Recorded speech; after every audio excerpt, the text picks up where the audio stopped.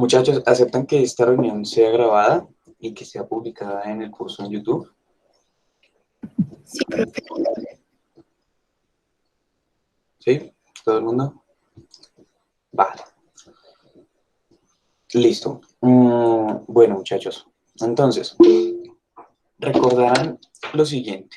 Nosotros venimos haciendo una transición paso a paso, ¿cierto? Para ahondar cada vez más, digamos, en el conocimiento que poseemos, ¿no? En torno a la fonética y la fonología. Específicamente, esta semana vamos a tratar sobre fonética, aunque no vamos tampoco a olvidar o a dejar, ¿sí? De lado las precisiones fonológicas que sean, digamos, pertinentes en cada caso. Bien, para el día de hoy vamos a realizar, digamos, una profundización, ¿sí? Respecto al concepto de vocales. ¿Por qué? Nosotros la sesión pasada veíamos, digamos, algunas impresiones de orden articulatorio e incluso lo llegamos a apenas proponer algunas, digamos, características de orden acústico. Sin embargo, el día de hoy vamos a hacer esto con mucha mayor precisión. Bien, entonces para eso, digamos, hay una serie de presentaciones y de recursos que vamos a trabajar.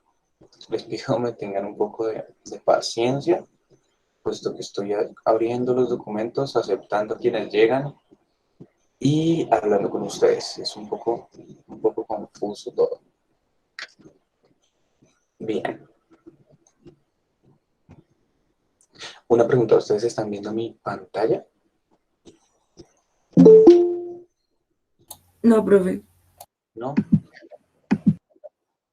Vale. Ya en un momento admitir a todos. Listo. Pues bien, yo, digamos que para el curso específico de fonética que se imaginarán es mucho más, muchísimo más detallado, pues por el objeto de ese curso, ¿no? Como un curso, digamos, pilar en el programa curricular de lingüística, pues yo desarrollé esta presentación que espero compartirles el día de hoy. Bien, entonces, hoy vamos a tratar la articulación de los sonidos vocálicos, bien, y vamos a partir de una descripción fonética, listo, una descripción a partir de rasgos articulatorios, ¿sí? Y de algunos criterios que vamos a revisar ahora. Pues lo primero a considerar es esta frase de aquí, según la cual, disculpe, según la cual las vocales son sonidos sonorantes producidos a partir de la apertura relativa del tracto vocálico. Generalmente las vocales son sonidos sonoros. Recordarán esta condición, ¿no? ¿Se acuerdan los pasos estos que veíamos en la articulación de una vocal?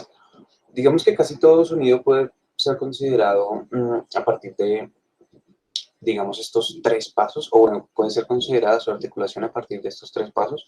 Básicamente vamos a pensar como en una narración sencilla, ¿no? Un inicio, pensémoslo así, un nudo, algo que pasa allí, un intermedio y algo que ocurre hacia el final. Para el caso de las vocales, teníamos que, ¿qué ocurre en primer lugar, muchachos? Se los pregunto. Mientras tanto, voy abriendo aquí otro recurso. Recordarán, son tres fases, ¿no? Pues la primera, digamos, de iniciación, ¿cierto? Es una fase en la cual se produce un acercamiento, se produce la configuración de los articuladores en la posición adecuada que se requiere, ¿cierto? Para producir, valga la redundancia, la articulación de ese sonido, su emisión. ¿Listo? Ya están viendo mi pantalla. Todo en orden.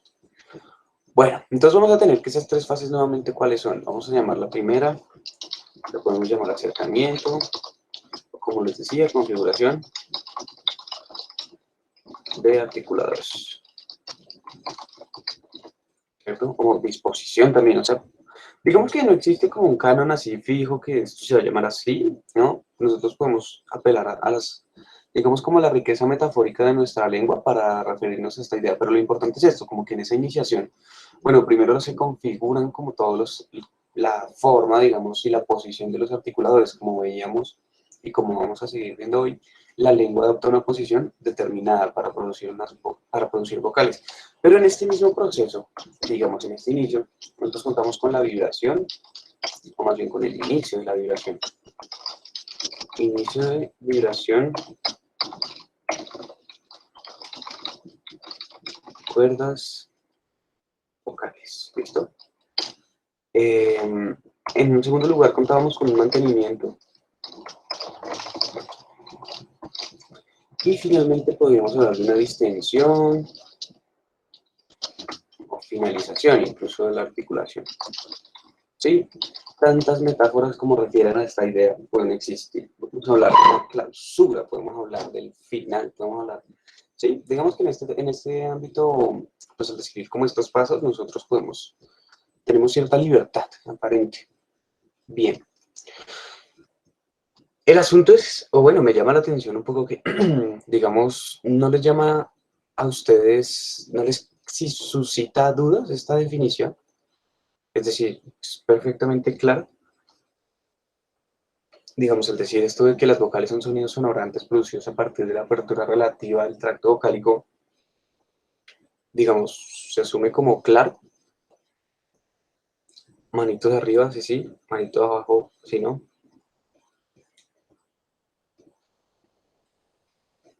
Sí, listo. Entonces les preguntaría qué es un sonido Profe, sonorante.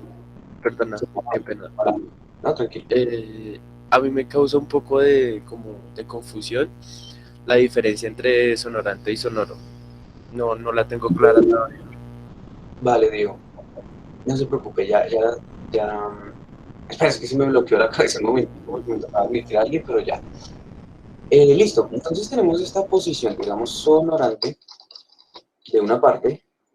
William es sensato, dice, no entendemos esto. Y por otra parte tenemos la idea de sonoro, ¿listo? Bien, lo tengo allí en el chat, pero antes quisiera escuchar a Cristian. No sé si su duda se relaciona con esto, entonces prefiero como escucharlo y ahí sí ya atenderá la explicación. Señor Cristian. Profe, ¿sí me oye? Sí, sí me oye. Mi pregunta es, ahí dice que la apertura relativa al tracto vocálico. Lo que eso significa es que no hay una articulación dentro de la boca, ¿verdad? O sea, que no hay un contacto palatal, ni velar, ni labiodental, ni nada por el estilo. Porque igual, si nos ponemos muy fastidiosos, por decirlo de alguna manera, pues igual en los otros sonidos yo también tengo que abrir la boca. Relativamente tengo que abrir la boca porque igual por algún lado tiene que salir el aire, ¿no? Entonces, pues, para mí sí genera como un... Sí, Sí, lo entiendo, claro. Y precisamente esa definición tiene ese objeto, contrariarnos. ¿Por qué? O sea, yo no sé si a ustedes les está pasando en el desarrollo de su guía, pero siempre que uno consulta una referencia, realmente esta suele ser bastante ambigua, ¿sí? Entonces, lo importante aquí es que entendamos, digamos, la base, o sea, el fundamento teórico para, a partir de él, podamos comprender cualquier definición sin tropiezos, ¿sí? Realmente uno en esto se tiene que volver es hábil en esa lectura un poco, ay, sí, como apela tanto a la universidad, esa lectura crítica. Entonces, sí, claro, o sea, pues ¿por qué me van a presentar aquí esto como una apertura relativa? Dice Cristian. Sí, para producir cualquier sonido yo abro la boca. Pues digamos que voy a ir en orden, ¿no? Entonces voy a atender primero la duda de Diego respecto a la diferencia sonorante-sonoro y luego vamos. Y este vamos es porque, digamos, esto no es una cosa que yo simplemente voy a pronunciar aquí en voz alta, proferir, así apelando a los términos que hemos visto en clase, mm, sino que lo vamos de hecho a revisar todos. O sea, la idea es como mm, construir una definición conjunta, ¿sí? Ya les cuento de qué va esto. Entonces, digamos como segundo punto en esta agenda vamos a revisar definición. Definición de vocal. Listo. Entonces, retomo un poco el hilo narrativo que llevábamos, ¿no? Digamos en respuesta a Diego. Ustedes recordarán una cosa. Cuando nosotros hablamos de la articulación de un sonido, nosotros nos referimos, digamos, a los órganos específicos que intervienen en él. Y de entrada, nosotros realizamos como una serie de pasos, ¿no? Así como veíamos los pasos de la articulación de las vocales, también lo vamos a ver en el caso de las consonantes. En estos son mucho más específicos, digamos, qué ocurre, qué pasa, cómo se acercan los articuladores, cómo ocurre una articulación, digamos, fija. Sí.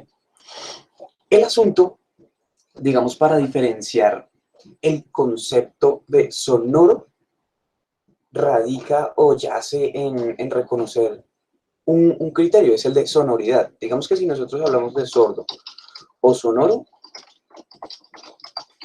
nosotros estamos apelando al concepto de sonoridad, ¿sí? Como vibración de las cuerdas vocales. Aquí voy a hacer como una subespecificación de esto. Ay, esperen, denme un momentico porque ahora se me olvidó usar mi teclado. Listo, vibración de las cuerdas vocales. Las cuerdas vocales. Listo. ¿Sí? Yo, de hecho, recuerdo que la sesión pasada les pedí que indagaran por el concepto de fonación, ¿sí? No sé si alguno lo hizo. Un momento allí para escucharlos. No, bien, digamos que sí, señor Cristian. ¿Qué es la fonación? Lo que yo encontré dice, la fonación es el proceso corporal que produce la voz emitida por medio de la laringe en forma de aire y que es modelado por las cuerdas vocales. Los diferentes tipos y modos de fonación que podemos conseguir por medio de nuestro aparato fonador determinan el tipo de voz que poseemos o que importamos. No me acuerdo qué hice ahí, no entiendo mi propia letra. Para interpretar y dar sonidos a un mensaje concreto. El objetivo primordial de la fonación es la comunicación verbal entre personas. Por medio de la articulación de palabras conseguimos este fin, que culmina en un proceso repleto de factores sin los cuales no podríamos alcanzar la fonación. Entonces, okay. También bastante... Bueno, bien, muchas gracias, Cristian. Es decir, a partir de esta consulta suya, entendemos que la fonación, esperen que estoy organizando un poco esto que está escribiendo en el chat para que sea más coherente, ¿sí? Entonces, bien, a partir de su definición entendemos que la fonación, ¿cierto?, es el proceso mediante el cual nosotros producimos voz, ¿sí? Entonces, esto es producción de voz. ¿Esto qué quiere decir? Pues la producción de voz implica toda la articulación de los sonidos, ¿cierto?, a partir de los cuales nosotros somos capaces de hablar, de hacer uso de nuestra lengua, ¿sí? Pues, acuérdense, cuando me refiero a hablar, me refiero al habla precisamente como uso individual de capacidad de lenguaje. Bien, equívocamente se encuentra en otras referencias, o bueno, yo personalmente me he topado, digamos, como en la lectura de varios textos, el hecho de que se utiliza el término fonación para referirse a esta sonoridad, ¿sí? En ocasiones, digamos que esto es un equívoco, aunque este equívoco va a depender, digamos, de todo el constructo que elabore el autor, ¿no? En ocasiones se apela al concepto de fonación para referirse única y exclusivamente a la sonoridad. Insisto, si nosotros, y como lo vamos a hacer en este curso, vamos a asumir que la fonación es la producción de la voz, ¿sí? Todo este proceso en el cual se implican órganos, digamos, de distinta índole, todo lo que componen el aparato fonador. Bien, y bueno, todo este proceso de crear un estímulo acústico, ¿sí?, que luego es percibido por las personas. Vamos a decir que ese proceso de producción de voz es fonación. ¿Listo? Entonces, en el marco de la fonación pueden existir, digamos, distintos matices, ¿sí? Porque cada sonido tiene sus propias características. Entonces veamos que uno de esos primeros matices se da en torno a este criterio de sonoridad, apelando a la duda de Diego. Cuando nosotros apelamos a esta idea de, bueno, ¿cómo se está dando la sonoridad en este proceso o en digamos, en este contexto de fonación? ¿Qué quiero decir con esto? Parafraseándolo. ¿Cómo opera, digamos, cómo está operando la glotis, ¿cierto? ¿Se encuentra vibrando, no se encuentra vibrando? En el marco de la articulación de X o Y sonido, ¿sí? Más o menos esta es la lógica que podríamos pensar. Cuando nosotros pensamos eso, pues tenemos fácilmente con un conjunto limitado de respuestas. Podemos decir, pues bueno, ese es un sonido sordo, es decir, en el cual la glotis se encuentra abierta y sin vibración, o es un sonido sonoro, en el cual la glotis se encuentra cerrada y vibrante. En este contexto apelamos a la dualidad sordo versus sonoro, ¿cierto? De hecho, esto está mal porque no es igual, sería como versus más bien. ¿Listo? Ahora, la oposición, digamos, que cuestionaba Diego, se da entre sonoro y sonorante. Entonces, sonorante, digamos que es una categoría de otra índole, aunque, pues, lo que podemos pensar es que es un concepto que se utiliza para categorizar. Entonces, como categoría, lo sonorante, también llamado sonante en algunas traducciones, sonante, sonorante, se opone, digamos, estaría en un versus respecto a lo obstruyente, ¿sí? Y digamos que de esto sí no hemos hablado con mayor detenimiento y vamos a hacer, una pequeña pausa y nos vamos a anticipar un poco a esto, listo, para igual ir construyendo el concepto en estas sesiones. No tiene que quedar esto perfectamente claro hoy, aunque intentaré ser lo más preciso posible. Vean, en el proceso de fonación, es decir, en el proceso de producción de habla, yo puedo crear distintos tipos de sonido. Esto ya lo sabemos, ¿cierto?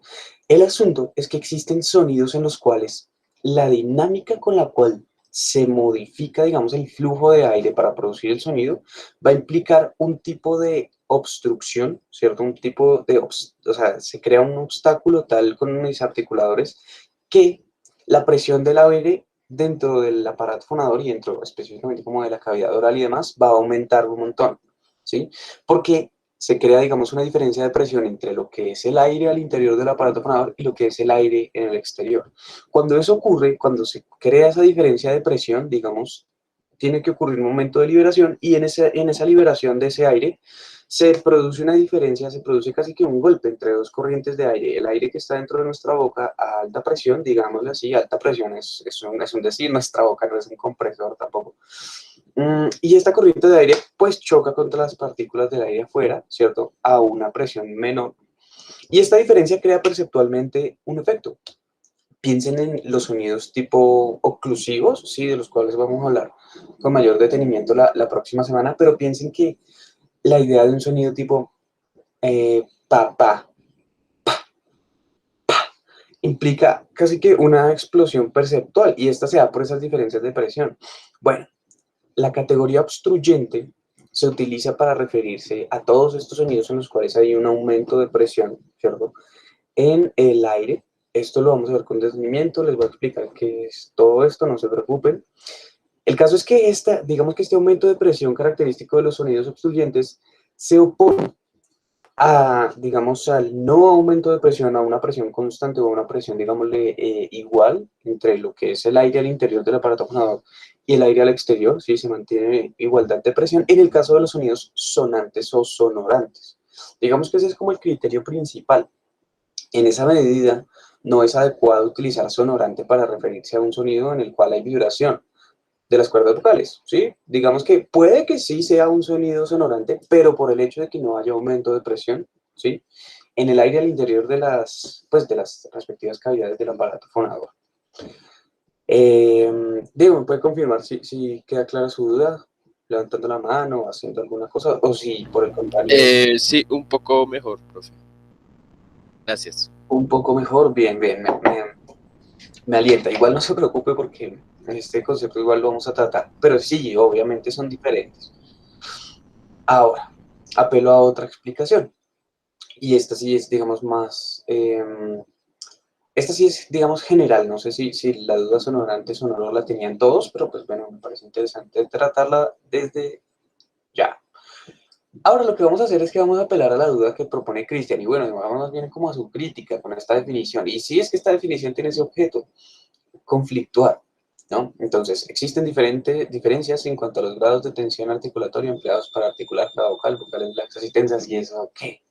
Sí, pues vamos a mirar, digamos, un texto consagrado en este software de las voces del español, que es un texto, digamos, guía bastante útil que ustedes pueden emplear para su estudio autónomo, y pues vamos a leer como este pequeño fragmento. Les voy a pedir un favor.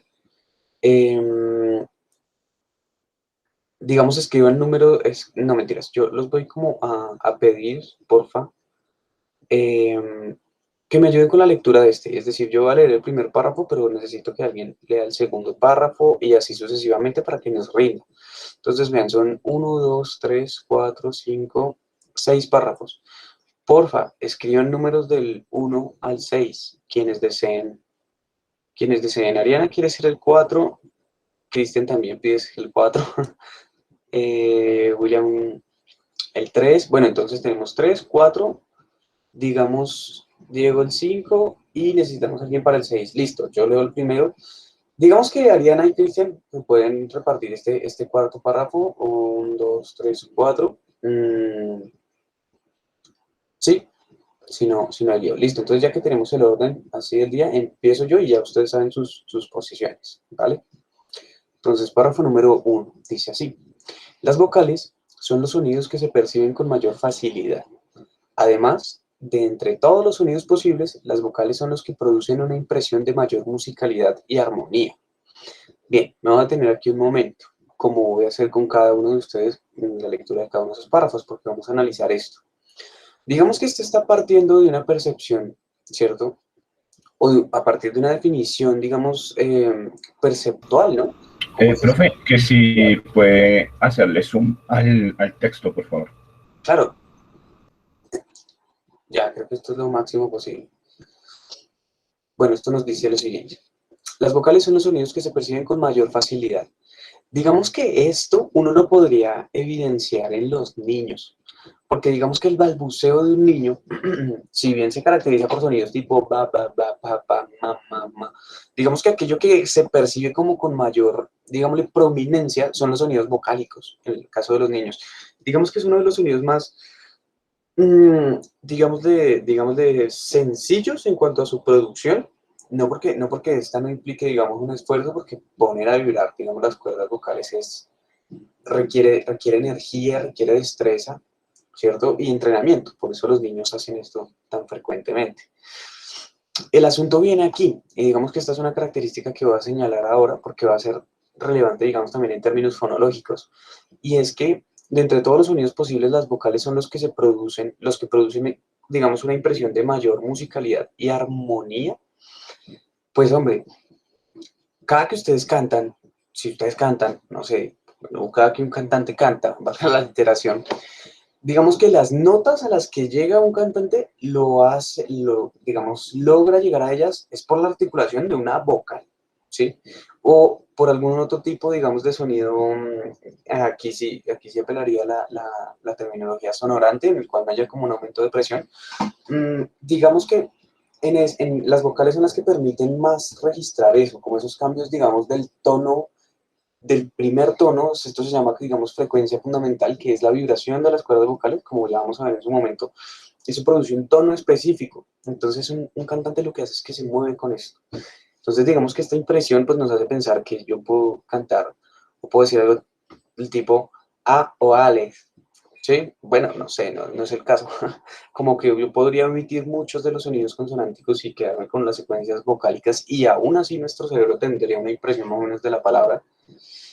Y bueno, segundo párrafo. ¿A quién corresponde?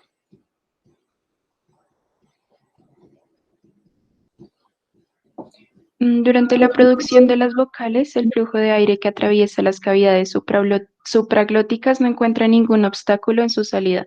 Todas las vocales son sonoras, pues se generan mediante la vibración de las cuerdas vocales. Vale, muchas gracias. Entonces, Cristian, apelando, digamos, a su inquietud, revisemos esto. Durante la producción de las vocales, el flujo de aire que atraviesa las cavidades supraglóticas, que viene de las cavidades infraglóticas, no encuentra ningún obstáculo. Y esto es lo que usted, digamos, intuía. Sí, señor, pues básicamente la boca está, digamos, abierta, completamente abierta, no porque, digamos, tengamos la mandíbula en el máximo grado de apertura, sino porque no hay ningún obstáculo en la producción de una vocal. Y esto, digamos, debe ser considerado como un hecho verificado, ¿sí? Porque a veces las representaciones no nos permiten a nosotros ver esto muy bien, pero podemos ver esta animación. Entonces, digamos que en esta animación lo que prima es ese flujo libre del aire, ¿listo? Esta idea, ¿cierto?, del flujo libre del aire hace de las vocales también sonidos sonorantes, como apelábamos nosotros a esta terminología. No hay un aumento de presión porque el aire fluye libremente. Digamos que en una dinámica de fluidos esto implica que las moléculas aquí tienen la misma presión que aquí. ¿Listo? Bien. Y nuevamente viene esta idea, todas las vocales son sonoras, pues se generan mediante la vibración de las cuerdas vocales. Bueno, hay ocasiones en las que las vocales sufren algunos procesos de ensordecimiento, algunos procesos en algunos casos incluso se llegan a ensordecer, pero esto lo vamos a ver con mayor detenimiento cuando vemos procesos fonológicos, específicamente eso. Tercer párrafo.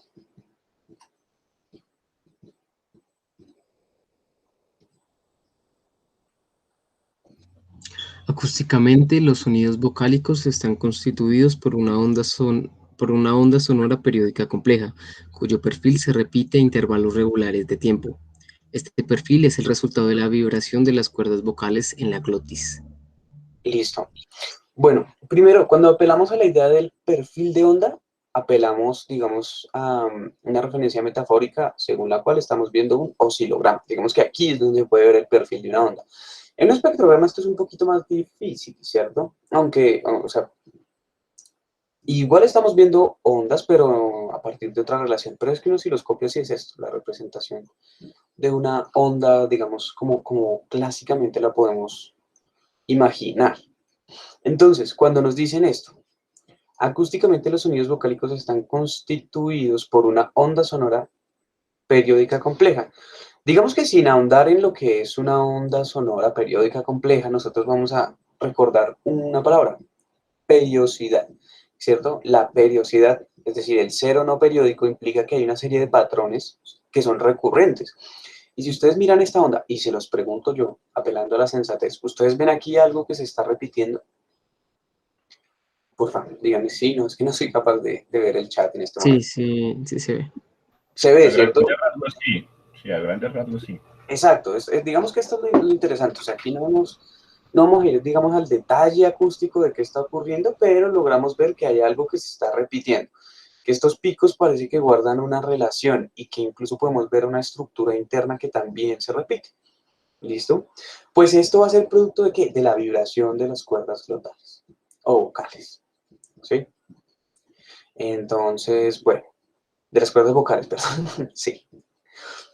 Listo, digamos que eso lo vamos a tener como consideración.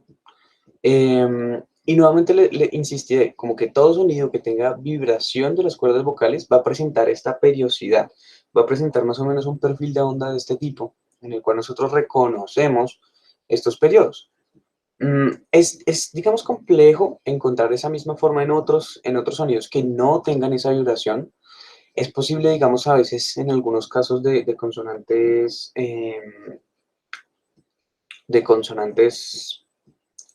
bueno, vibrantes, pero es que igual estas van a implicar una vibración de las cuerdas vocales, o sea, en su articulación cuando las miremos con detenimiento. Pero bueno, de entrada vamos a suponer que si es una onda periódica, lo prototípico es considerar ese sonido como un sonido que posee vibración de cuerdas vocales, es decir, un sonido que nosotros podemos describir a partir del rasgo de sonoridad como un sonido sonoro, ¿cierto? Entonces vamos haciendo una lista. Primero vemos que al no haber obstáculos, las vocales son sonidos sonorantes y también son sonidos sonoros, apelando, digamos, como al uso de estos dos conceptos que nos planteó Diego en duda. Bien, párrafo 4. Digamos que este párrafo 4 lo vamos a repartir, ¿no? Creo que, no me acuerdo bien cómo es que era la cosa, pero había una y un compañero. En esta ocasión sí vale la pena, digamos, la especificación. Entonces, bueno, cualquiera de los dos por favor empiece, más o menos termine aquí para cada vocal. ¿Listo? De aquí en adelante lee su compañero. Ok. La onda sonora producida experimenta el fenómeno de la resonancia cuando atraviesan las cavidades supraglóticas y de este modo se amplifican algunos de sus armónicos. La configuración de las cavidades de resonancia es distinta para cada vocal. Listo. Quedémonos aquí. Por favor, su merced, segundo lector, tenga la lectura presente. Pero voy a hacer una salvedad. Digamos que yo les decía, ¿no?, que cada timbre vocálico, es decir, el color de cada vocal, se va a diferenciar a partir de la configuración de unos volúmenes, ¿cierto? De los volúmenes de las distintas cavidades supraglóticas, específicamente de la cavidad faríngea, de la cavidad oral y de si se involucra o no la cavidad nasal. Sin embargo, el sistema vocálico del español, como vamos a ver ahorita, solo contempla vocales orales en términos de su fonología. Entonces, vean, más o menos este gráfico que ustedes ven acá. Acústicamente, los sonidos... Uy, un momento.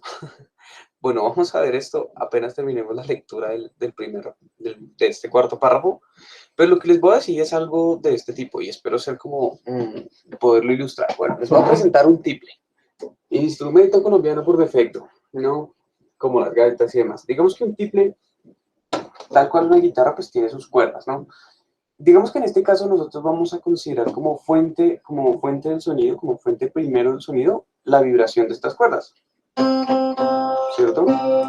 El asunto es que un tiple no logra su sonido solo por la vibración de las cuerdas, al igual que una vocal no logra su sonido, su timbre característico, solo por la vibración de las cuerdas vocales en este caso, sino que esa vibración interactúa con la caja de resonancia. Esta caja de tiple que tiene una forma específica, que pues yo no sé, no creo que la logren detallar muy bien, pero se diferencia, digamos, de la forma de una guitarra, es como más gordita, es la que está permitiendo, digamos, que esa vibración, ¿cierto?, producida por la cuerda en sí, ¿sí?, la vibración de la cuerda, digamos, crea un flujo, crea una onda que entra a esa cavidad grandota en la cual resuena, digamos, interactúa con todo el aire que está ahí, con la forma de esta caja, y ahí sí se proyecta hacia afuera.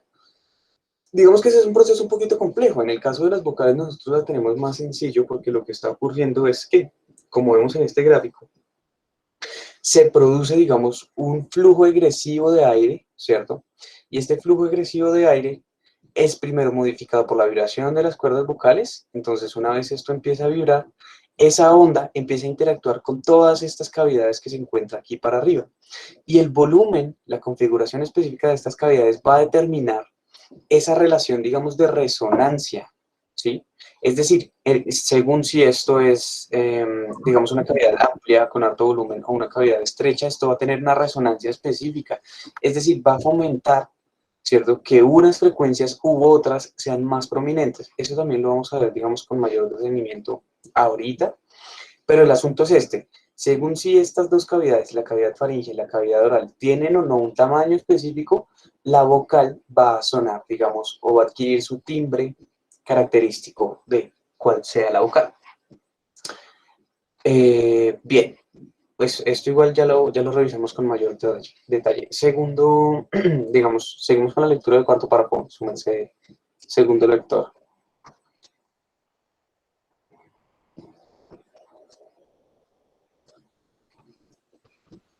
Por lo tanto, los armónicos reforzados son también diferentes en cada caso, lo que permite la identificación de las diversas vocales.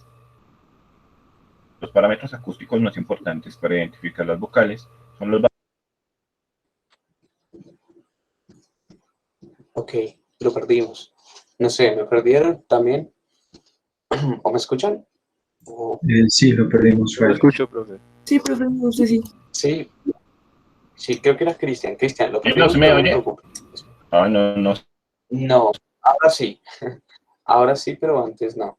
Bueno, no se preocupe, igual, gracias. Entonces, permítame, reforzamos esta parte que no se entendió bien. Digamos, los parámetros, esto dice así, ¿no? Que, por tanto, los armónicos reforzados son también diferentes en cada caso, lo que permite la identificación de las diversas vocales. Los parámetros acústicos más importantes para identificar las vocales son los valores de frecuencia de los dos primeros conjuntos de armónicos amplificados o formantes, y yo podría seguir ahí para allá como si esto fuera un freestyle de rap. Pero el asunto es este. Bueno, nosotros ya estamos ahondando cada vez más y más y más y más en descripciones acústicas. No sé si lo notaron, ¿no? Pero aquí ya nos están hablando, digamos, de este criterio de armónicos. Y si nosotros estamos hablando de armónicos y posteriormente de formantes, tenemos que revisar la cualidad del sonido. Entonces eso va a ser un segundo momento, digamos, que espero logremos alcanzar en la clase de hoy. Sin embargo, si no, el lunes, no, sino el martes, vamos a tener una clase dedicada a el sonido ya como propiedad física. Pues digamos que es un tema que no hemos tratado exclusivamente y pues sí, ya se requiere, ¿no? Entonces, bueno, por ahora vamos a continuar. Quinto párrafo, ¿quién es encargado de su lectura? Yo, profe. El sistema vocálico del español está constituido por 5 unidades. La anterior cerrada, la media, esa es Anterior. media anterior, La, eh, Esa es central. la central abierta, la posterior abierta y la posterior cerrada. Bien. Uno de sus rasgos característicos es la simplicidad. Existen lenguas que tienen sistemas vocálicos mucho más complejos, como el inglés, cuya veracidad estándar británica cuenta con 12 vocales. Otras lenguas, como el árabe, que poseen un sistema vocálico integrado por 3 segmentos, presentan un grado de simplicidad aún mayor que el español. Listo. Entonces, bueno, nosotros digamos que a partir de este juego, y digo este juego articulatorio, ¿no? A partir del cual tenemos, digamos, un tono, primero que se viene a modificar por las cavidades supraglóticas, ¿cierto? Un tono primero en el cual vamos a tener, digamos, incidencia de estas cavidades para producir un timbre específico, pues las distintas lenguas hacen sus elecciones y dicen, bueno, para mí, ¿sí? Y este para mí es muy hipotético, o sea, imagínense que yo aquí estoy encarnando una lengua y en este momento encarno el español y digo, bueno, me interesan estos 5, pero el árabe dice, no, no, no, yo solo necesito 3. Y el inglés dice, ¿qué les pasa?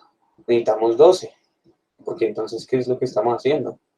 Entonces, digamos que esta no es una elección tan arbitraria como si yo encarnara una lengua y dijera, no, no, no, a mí dame 3, a mí dame 12, sino que esto, de hecho, se ha constituido a partir de un proceso histórico súper, súper, súper complejo, que es del cual vamos a hablar en un momentico a partir de sus infografías. Y es de, bueno, cómo se empieza a constituir, digamos, el sistema fonológico de una lengua, y en este caso el sistema vocálico de una lengua. ¿Qué lengua? El español. ¿Cómo es que llegamos a tener 5 vocales? ¿Estas vocales de dónde vienen? ¿Cómo se pensó esto? ¿Sí? Entonces, bueno, digamos que hay unos rasgos de orden histórico que pueden apelar a que el sistema, digamos, vocálico del español sea sencillo, ¿cierto? En comparación con otros. Y bien, esto lo vamos a tratar a las 8, tal cual acordamos. Entonces, párrafo número 6. ¿Se me oye? Sí, señor. Listo. Desde el punto de vista articulatorio, en la clasificación de las vocales del español se consideran 2 parámetros: la abertura oral y la posición de la lengua. La abertura viene determinada por la posición más o menos elevada de la mandíbula inferior, por la distancia entre la lengua y la parte superior de la cavidad oral, en el punto máximo de estrechamiento. De acuerdo con este parámetro, las vocales pueden ser abiertas o cerradas, y la posición de la lengua distingue entre vocales anteriores y posteriores. Listo, que esto es lo que veíamos en la clase pasada, ¿no? Respecto a los grados de apertura o abertura y el grado de posterioridad o anterioridad.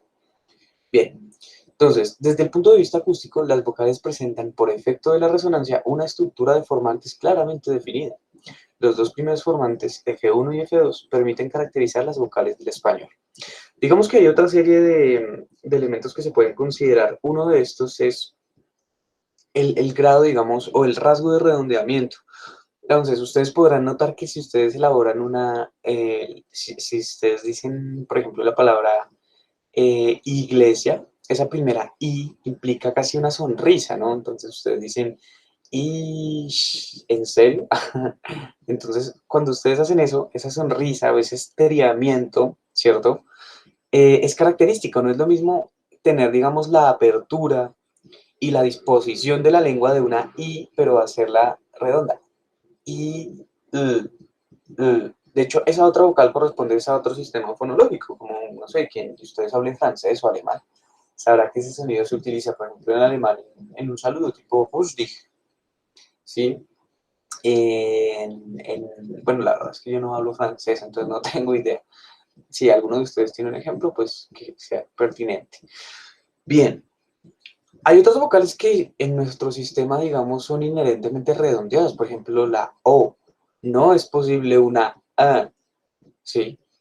Porque si yo estoy haciendo una O, es decir, tengo la apertura y tengo la posterioridad específica de una O, y simplemente cambio los labios, pues el resultado acústico es diferente. Entonces, dense cuenta cómo nosotros realmente utilizamos el aparato fonador como un instrumento. A partir de estos cambios tan sutiles, nosotros logramos producir unas diferencias realmente significativas. Bien, entonces digamos que aquí no nos hablan del redondeamiento, pero sí es importante. El asunto es que no se habla porque se asume que Pues bueno, que el español tiene tales vocales, digamos, estriadas y tales vocales redondeadas. Nosotros podemos hacer el experimento. Tenemos A. El A, ¿qué pasa?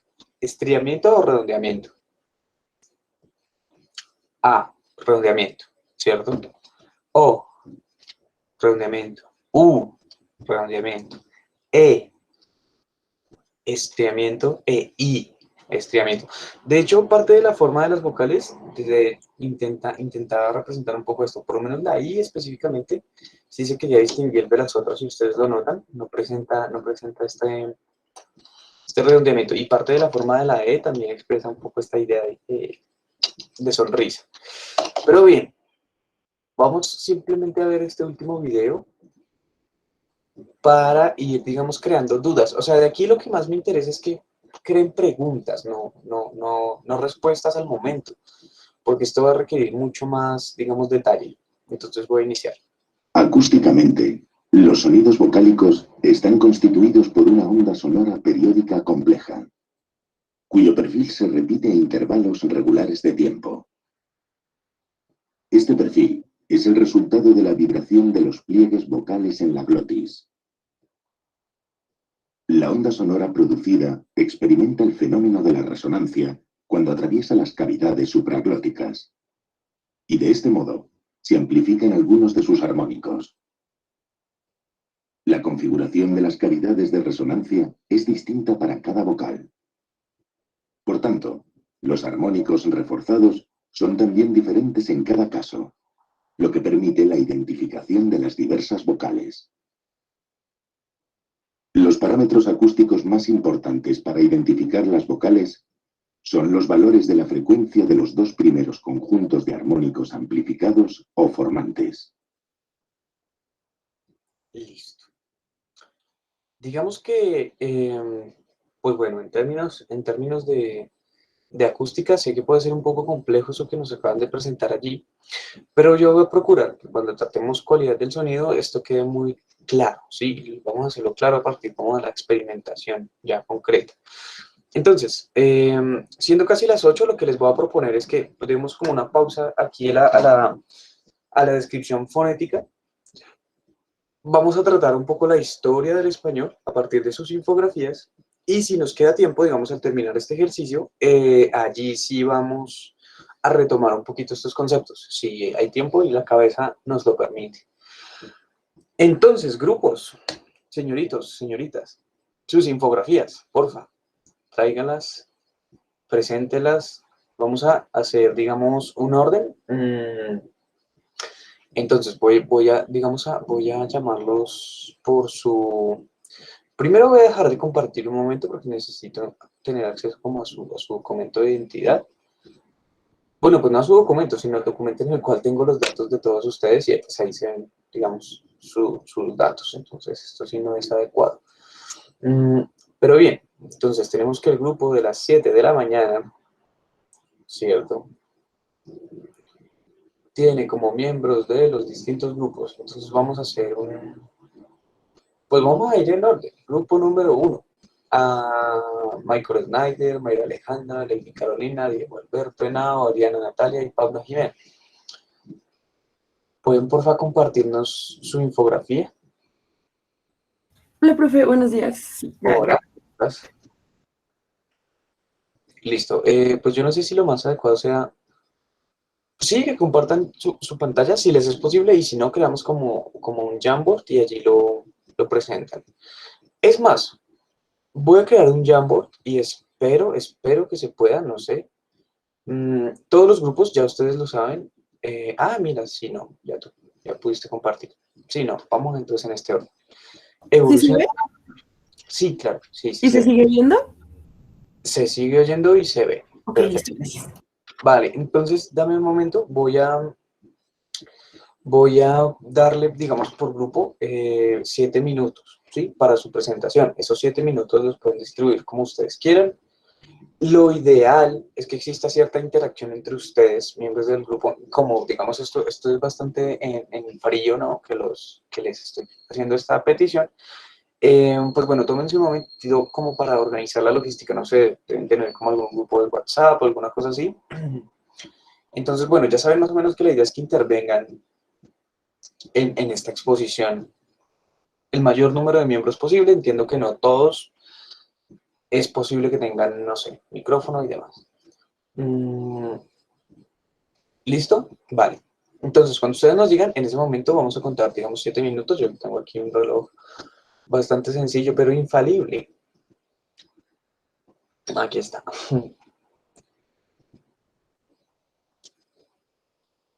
Bueno. Ay, qué pena, profe, nos regalas un minuto y ahí sí ya empezamos un Sí, minuto. no, tranquila, tranquila. Ustedes, digamos, como que organícense. Igual para pues, los demás grupos, los que vienen después, tienen más tiempo aún. Sin embargo, la idea es que nos escuchemos todos, ¿no? Bueno, digamos que esta actividad tiene por objeto una cosa y es empezar a reconocer todo el patrimonio, digamos, cultural que se nos ha legado a partir, digamos, de la herencia de una lengua, ¿sí? Nosotros podemos tener diversas posiciones respecto a cómo se considere, ¿cierto? Este legado, esta lengua, ¿sí? Cómo esto afectiva y racionalmente se comprenda. Porque pues obviamente nosotros como americanos dicho en el sentido lógico de la palabra, es decir, habitantes de América, ¿no? Pues nosotros somos producto de la colonización, nosotros somos producto de una serie de procesos de barbarie, de invasión y de saqueo que ustedes bien recordarán. El asunto es, bueno, aunque digamos esta parte no tan agradable de nuestra historia ocurrió, el caso es que ocurrió, ¿sí? Y nosotros somos hijos de este proceso y como tal nosotros debemos reconocer, digamos, el legado que nos ha sido, pues que nos ha sido transmitido, al menos a partir de nuestra lengua, que es, si no el mayor, digamos, es uno de los principales testimonios de todo lo que ha sido la historia de la cultura que compone hoy en día lo que somos, ¿sí? Bien, entonces, pues vamos a empezar a escuchar cómo es que se configuró esta lengua y hay algunas precisiones de orden histórico que van a ser, digamos, interesantes de aquí en adelante, pero pues no me quiero, digamos, no me quiero, Listo, profe, ya. vale, no me quiero adelantar, si quiero escucharlos. Listo, entonces, bueno, corre su tiempo ya. Bueno, primero que todo, buenos días. Para comenzar, vamos a distinguir dos etapas de la historia de una lengua. La primera de ellas es la historia interna y la segunda es la historia externa. La historia interna nos indica los cambios lingüísticos que se generan en el desarrollo de una lengua y los cambios, perdón, la historia externa son aquellos cambios que se dan en los ámbitos sociales, económicos, que fomentan como el desarrollo de la misma. Entonces, en esta infografía vamos a presentar algunos de los más importantes que hubo para el desarrollo del español. Bueno, nosotros decidimos empezar con los aportes prerromanos, que eran lenguas que estaban antes de la llegada de los romanos a la península ibérica y eran conocidas como lenguas indígenas. Y entre ellas están el ibérico, el celtibérico, el luticiano y el tartésico. Bueno, estas todas pues eran como lenguas vernáculas y pues indoeuropeas, es en resumen.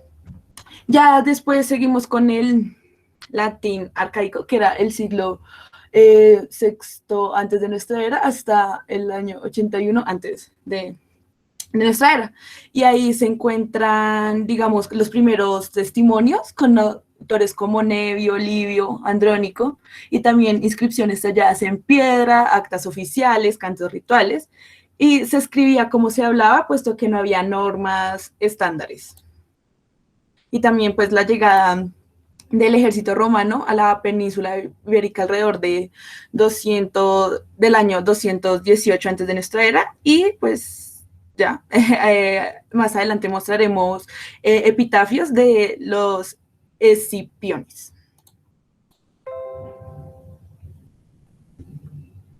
Bueno, cabe resaltar que en los aportes prerromanos también pues se conoce algo llamado los sustratos y pues los sustratos era una lengua utilizada. En este caso eran, por ejemplo, las que mencionó mi compañera Ariana, las lenguas de los pueblos celtas, los tartésicos, y pues el español tomó algunos de esos sustratos y por eso pues empezó a desarrollar. Bueno, ya ahora sí, partiendo en el latín clásico, podemos distinguir como dos etapas muy importantes. La primera de ellas es que en el latín clásico se empezó como un desarrollo de normas estándares y sin embargo, había una muy poca población que podía acceder como a la literatura y pues sí, a la literatura como tal. Y por el contrario, también se desarrolló lo que es el latín vulgar. Entonces, bueno, fue denominado de esta manera porque la gente lo consideraba, perdón, inculto. Al mismo tiempo, también estaba el ibero-romance. En esta etapa se distinguen tres fases evolutivas. En esta fase del latín clásico y el latín vulgar como que terminan separándose un poquito con la caída del Imperio Romano. Y de esta manera, digamos que el latín vulgar o latín hablado fue variando, fue evolucionando de una manera en que las personas, digamos los nómadas, los que se transportaban de esta zona del Imperio Romano hacia otras zonas de la región ibérica, digamos que fue adoptando, digamos que una variación en cuanto a esta lengua y mediante algunas zonas y la lengua vernácula de esas zonas, digamos que se fue transformando y así tomó un camino un poco distinto a lo que era el latín culto o las gramáticas, digamos, que estaban reglamentadas en esa época.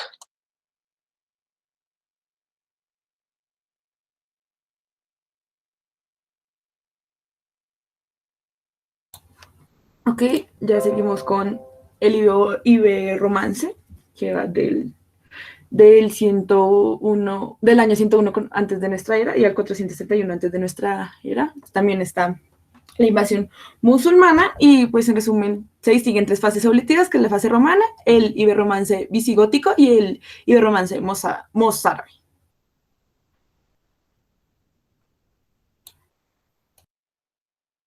Esta es la parte de la del ibero-romance, ya con el tema de las, perdón, de los nómadas y en cuanto a las invasiones de varias regiones hacia lo que quedaba el Imperio Romano, digamos que se fueron mezclando entre más y más y más algunas lenguas con lo que era el latín, entonces digamos que habían por una parte algunas palabras que se fueron como intercambiando entre varias regiones, por eso digamos que tenemos algunos orígenes en cuanto a lo que es la región, digamos, de la cultura, pues los visigodos, en cuanto a los árabes, toda esa mezcla que habían entre regiones, digamos, que se fue adaptando y fueron mezclándose.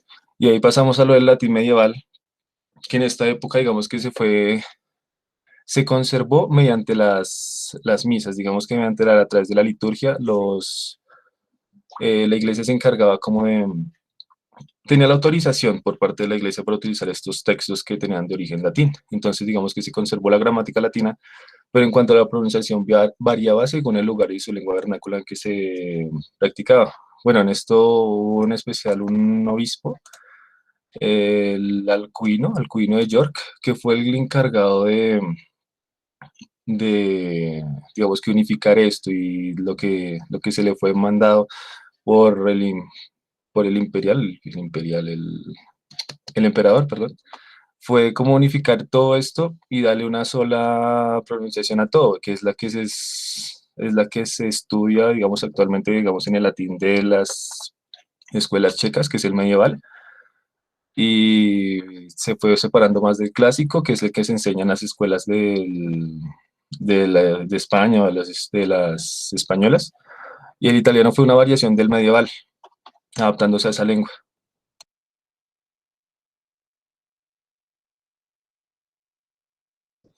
Listo, vale. Pues bien, digamos que el tiempo está culminando. Entonces, bueno, les agradezco mucho por su intervención. Digamos, me permito interrumpirlos así un poco abruptamente. Entiendo que no es lo más adecuado, pero es que me gustaría poder también escuchar a los otros grupos, ¿sí? Entonces, pues bueno, me queda claro que su trabajo está muy bien elaborado. De hecho, los felicito por su investigación. Sí, eso que están haciendo en este momento me parece muy estratégico, el hecho de estar presentando el resto de su infografía, es verdad. Veo que la investigación ha sido bastante exhaustiva, ¿sí? Entonces lo que les voy a pedir ahora es una cosa, y es una autorización. A mí me gustaría, digamos, publicar esto en las páginas pues, del departamento que sean posibles, como por ejemplo la página del laboratorio de lingüística. Entonces, si les parece adecuado, no sé si pueden incluir sus nombres sin incluir sus datos. Eso me parece importante. Sus nombres están, digamos, como al final. Exacto, perfecto. Bien, muchas gracias. Grupo número 1, los felicito. Yo igual estoy tomando, digamos, notas aquí, porque esto, como se los dije a todos, es una de las actividades de evaluación que se contemplan en la primera guía. Si esto equivale a un quinto punto, el asunto es, pues que sí, apremia un poco el tiempo. Vale, entonces muchísimas gracias, Grupo 1. Entendieron a la perfección el ejercicio. Ya, listo. Muchísimas gracias. Disculpen nuevamente por interrumpirlos. Vamos a hacer una lógica. Bueno, más bien una actividad, y es la siguiente. Sus compañeros se han encargado de toda la época, digamos, prerrománica, ¿cierto? Y digamos que que a partir de sus consideraciones y de su revisión histórica llegamos a, pues, lo que fueron las consideraciones de estas variedades de lengua ibero-romance, ¿no? Que pues existen un montón, ustedes ahí mencionaban algunas. Pues el grupo que sigue va a retomar de este punto histórico en adelante. ¿Les parece? Vamos a tratar ahora entonces el grupo número 2 para que nuestra exposición no quede allí como en el vacío. Ven, entonces aquí está María Camila, Cristian Camilo, María Camila Barrera La Verde, Cristian Camilo Cifuentes Ceballos, Diego Fernández Roa, Juan David Huertas Buitrago, Jorge Andrés Parra Hurtado y Carlos Daniel Solano Meneses. Digamos que va a ser la misma lógica. Comparten su pantalla, les voy a dar 10 minutos. En estos 10 minutos ustedes, digamos, no se afanen, logren exponer tal cual el grupo primero, que con completa calma, digo, llegue información muy completa, y pues al momento histórico al que lleguemos, y vamos a darle la palabra al grupo siguiente. ¿Listo? ¿Están allí ustedes, miembros del grupo 2? Sí, señor. Vale, entonces igual. Sí, y verdad, los felicito, grupo número 1, y qué pena interrumpirlos. Yo sé que no es lo más adecuado, sin embargo, pues sí, o sea, es necesario manejar, digamos, el tiempo en esta lógica de clase virtual. Entonces, ya de aquí en adelante, digamos que cuando vuelvan a exponer, se va a contemplar el tiempo de su exposición completo para que no hayan interrupciones. ¿Listo?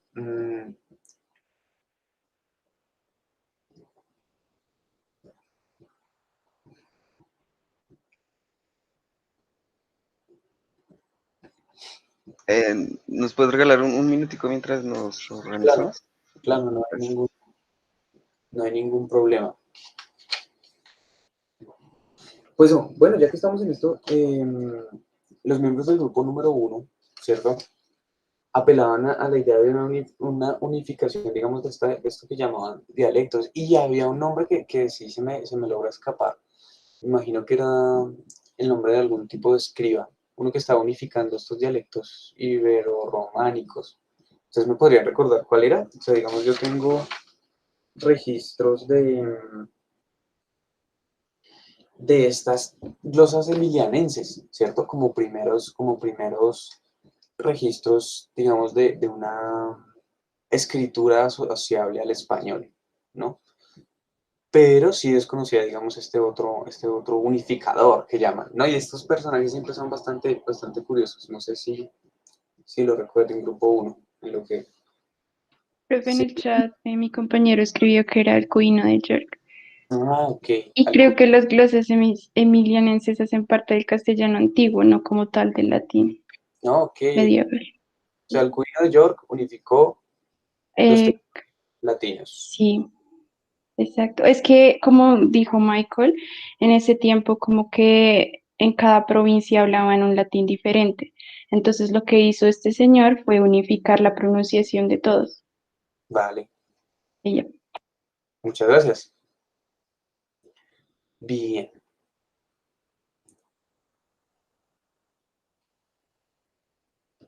Listo. Cuando me indiquen el grupo número 2, empiezo a tomar el tiempo y lo que les digo, 7 minutos por grupo.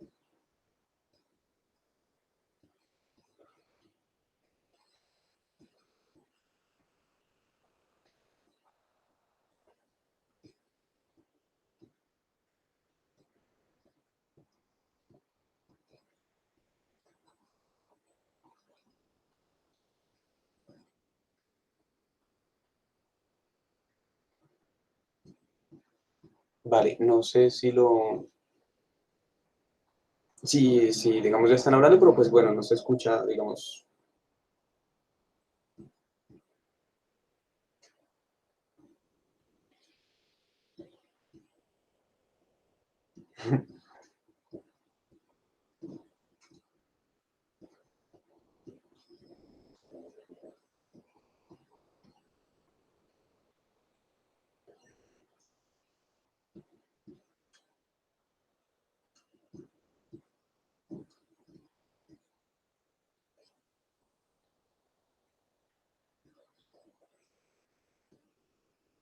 Sí, no, en serio no, no sé. Bien, Bueno, ya. Perdón. ya no se preocupe. Bien, entonces empieza a tomar su tiempo ya. Entonces, vamos a seguir desde la romanización de la península ibérica, porque no tenemos muy claro en qué momento seguir. Entonces, la romanización de la península ibérica ocurrió en el siglo III antes de Cristo. Fue resultado de una de las guerras púnicas entre Roma y Cartago. Cuando los romanos llegaron a la península ibérica, que en ese momento la llamaban Hispania, que viene de una raíz de tierra de muchos conejos, si no me recuerdo, ya existían ahí pueblos como el vasco, ibero, lusitano y tartesio.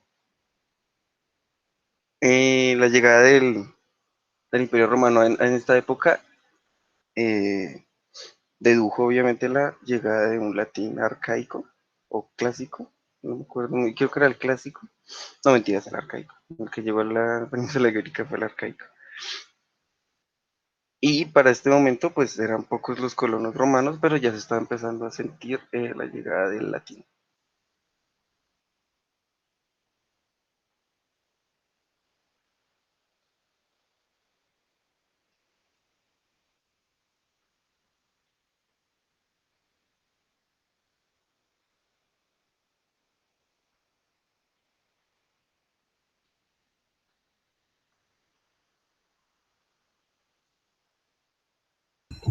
Eh, Buenos días. Después viene la caída del Imperio Romano, que pues tras su caída, el latín culto como tal empezó a perder su importancia por verse mezclado con los demás idiomas, como los germánicos, el griego y todos los demás. Pues el latín, el latín culto empezó a perder su importancia y se convirtió en el latín vulgar.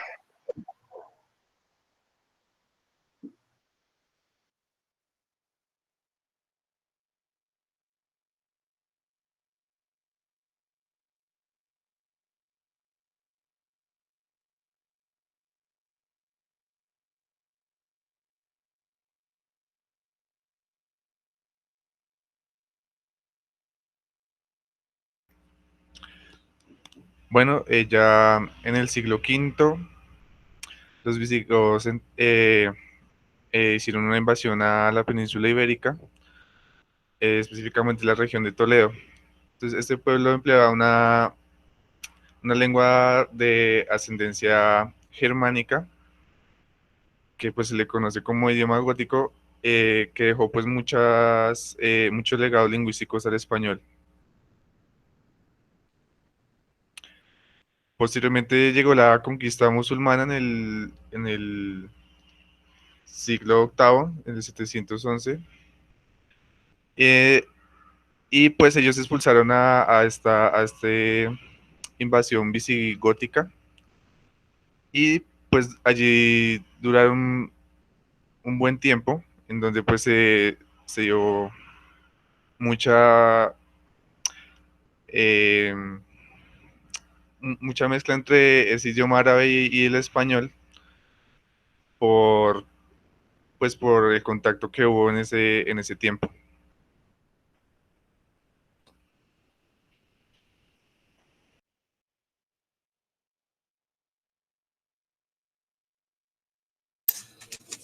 Eh, bueno, después del cambio paulatino del latín al español, nos encontramos con las glosas emilianenses, podríamos decir que es la aparición escrita de algo que no es latín y parece castellano. Era como un híbrido que estaba en su momento de evolución a lo que fue el castellano.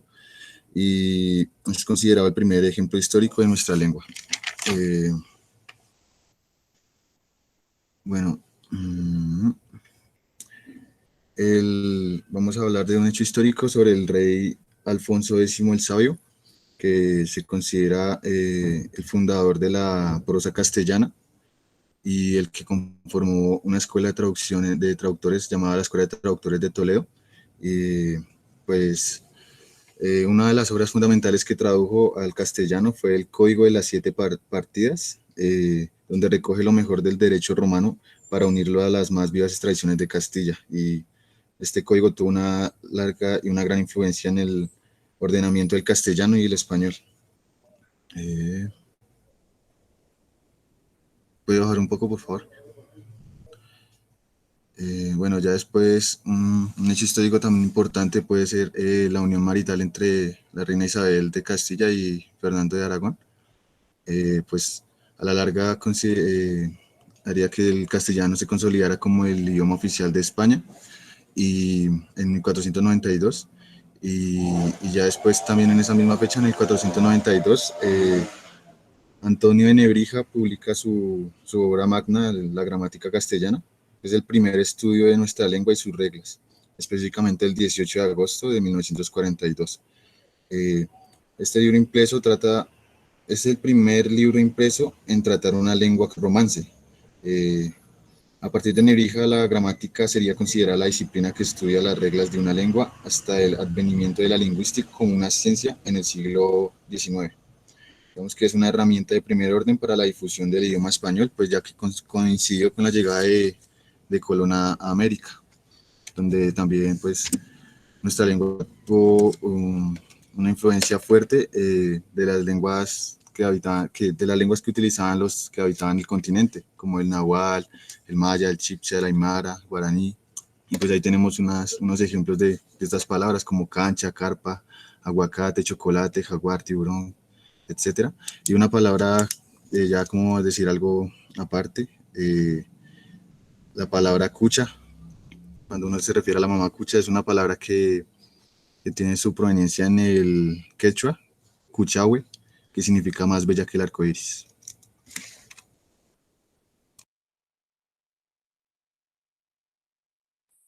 Vale, ¿cómo están? Nuevamente, lo siento, han pasado los 10 Ah, minutos, 7 minutos, sí, discúlpame.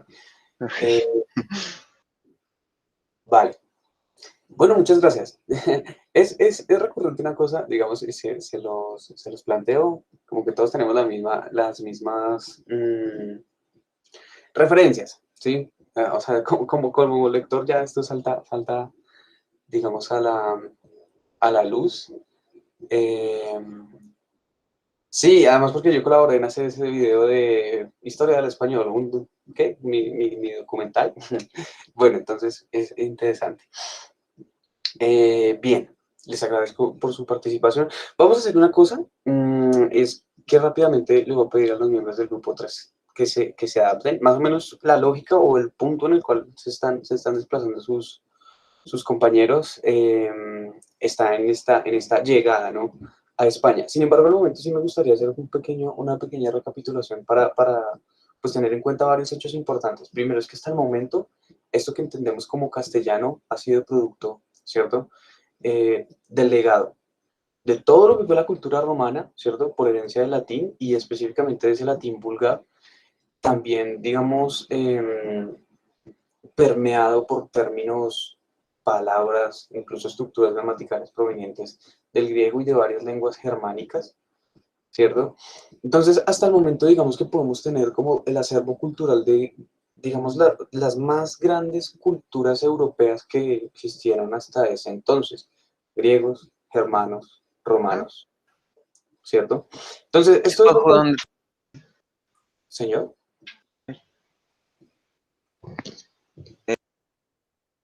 Perdón, se me activó sin querer. No, tranquilo, no se preocupe.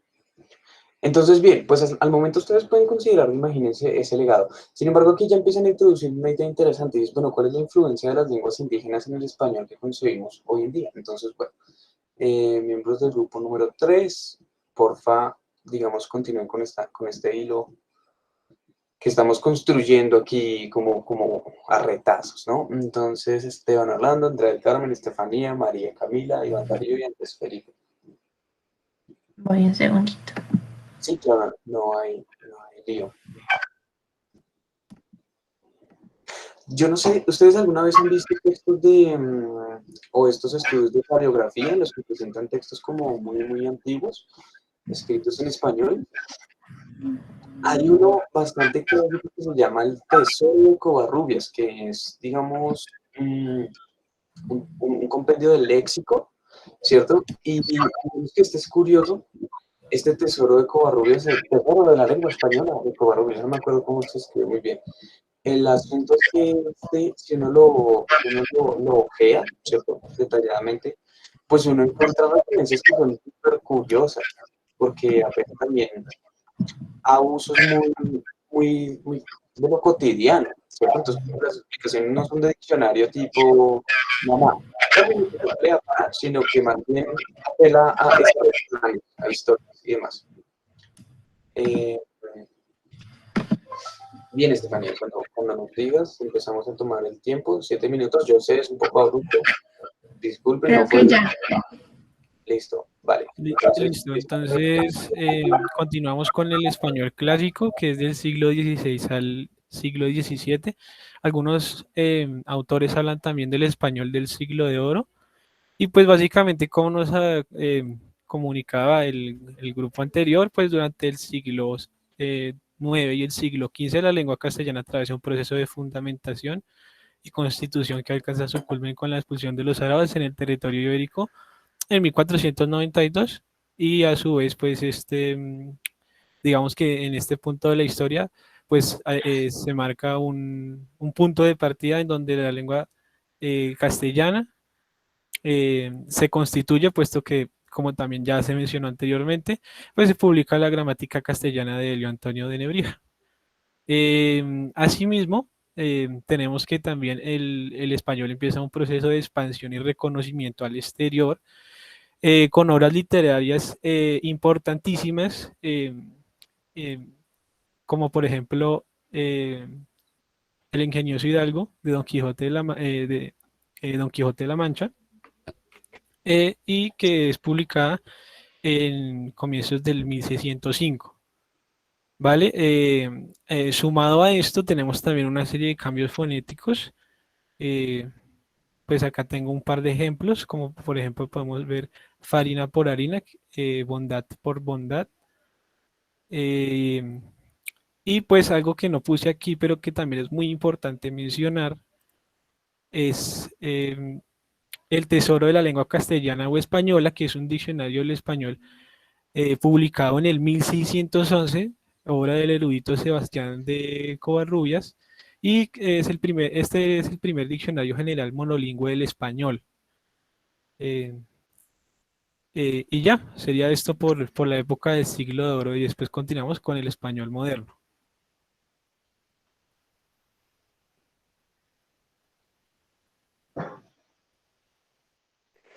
Bueno, tenemos entonces el español moderno que da como su origen más avanzado en el siglo de en el siglo de 1700, bueno, en el año de 1700, ¿sí?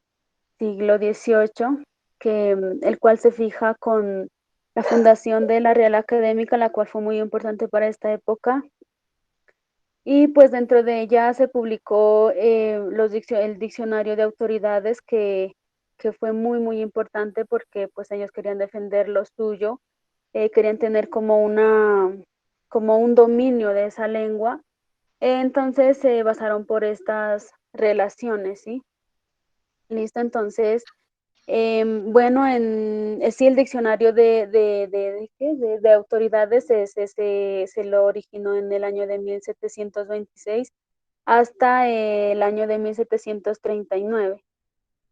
Luego se originó el libro también relacionado o basado en la Real Academia Española, el libro de ortografía que se llamaba en esa época entonces, en el año de 1741. ¿Listo? Entonces, después fue avanzando y crearon también el libro de gramática de la lengua española en el año de 1761 y gracias a estas herramientas se pudo editar en Don Quijote de la Mancha en 1780 y también el Fuero de Juzgo en 1815, ¿sí? De esta época. También dieron apertura aquí por primera vez a los impresos del Cantar del Mío Cid, que fue en el año de 1779, y pues hubo también una lucha por el mal gusto, que como en todo, en las decisiones unos están de acuerdo, otros no, entonces para esta época, en cuanto a la fonética y a la fonología, pues no estaban tan de acuerdo y por eso hubo la gran lucha para que se cambiara unas cosas, pero la Real Academia Española, pues como en esa época, bueno, por decirlo acá, se paraba duro, no la dejaron cambiar y pues evolucionó con palabras nuevas. También se originó varios cambios, pero nunca desapareció desde entonces en esa época. Y bueno, gracias a la gramática que se manejó desde esa época, pues hoy en día se conoce alrededor de 400 millones de hablantes del idioma castellano que cumplen con los materiales importantes que se desarrollaron durante todo ese siglo y durante los siglos anteriores. Ya yo creo que eso sería todo.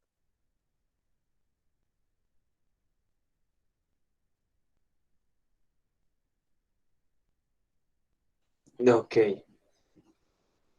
vale, bueno, bueno, les quedan como 2 minutos.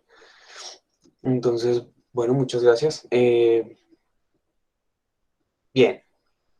digamos que ustedes ya hablaron de la constitución de un idioma cercano al actual, pero me interesaría, digamos, le preguntaría a los grupos posteriores si hay una serie de consideraciones que vayan un poquito más allá de esta constitución, digamos, del español clásico con las grandes instituciones tipo la Real Academia y demás. En esa medida, pues digamos que valdría la pena hacer como un pequeño momento para escucharlos. O, por el contrario, les pregunto si, digamos, la información que cuentan en sus infografías trabaja sobre la misma, digamos, información que ya hemos visto. En esa medida, pues grupos 4, 5 y 6, se los pregunto directamente. Digamos, ¿hay algo que quieran compartir en esta cronología? ¿Algo que ustedes consideren se escapó, es crucial, es importante? Pero con respecto al... Profe, ¿puedes repetir la pregunta, por favor? Sí, claro. Pues mira, más o menos llegamos a un punto, lo que podemos llamar el español moderno, ¿cierto? O sea, en esta cronología que estamos llevando. Pues todos tenemos una base común en la que más o menos estamos llegando, ¿cierto? A través de estos hitos históricos a este punto del español moderno. El asunto, o lo que quiero preguntarles es si hay consideraciones que ustedes deseen presentar que enriquezcan lo que se ha dicho, o si por el contrario tienen información que va a ser una lógica un poco repetitiva. Pues, por ejemplo, al menos nuestro grupo, el grupo 4, sí también llega solo hasta el siglo XVIII, pero caigo en cuenta de que habríamos debido también incluir los lenguajes creoles que han aparecido a lo largo de las Américas, el Spanglish, el lenguaje inclusivo también, y no se nos ocurrió. Exacto, Andrés, por esta lógica está orientada mi pregunta. Sí, señor. Señor Cristian. Sí, claro, profe. Por ejemplo, nosotros sí tenemos siglo XIX y siglo XX, pero básicamente lo que pusimos en esos siglos fue lo del cambio fonético que supuso el ingreso de los anglicismos, de tecnicismos que vienen por temas de deportivos, de tecnología, de ciencia, que pues son cambios que se van generando, pero en áreas muy específicas, ¿no? No es como tal que todo O sea, todo el mundo no va a saber si yo salgo y le pregunto qué es un, no sé, un epiglotis. Estoy seguro que eso no afecta realmente al español que habla la gente normal, ¿no? Entonces, pues como que básicamente de eso hablamos, y de hecho, por ejemplo, en la nuestra, lo último que se pone es justamente lo de los anglicismos. Se toca puntualmente el tema de los anglicismos, que ahorita pues es como algo que tenemos muy, muy día a día, ¿no? Ok, Pues, vale. Señor William.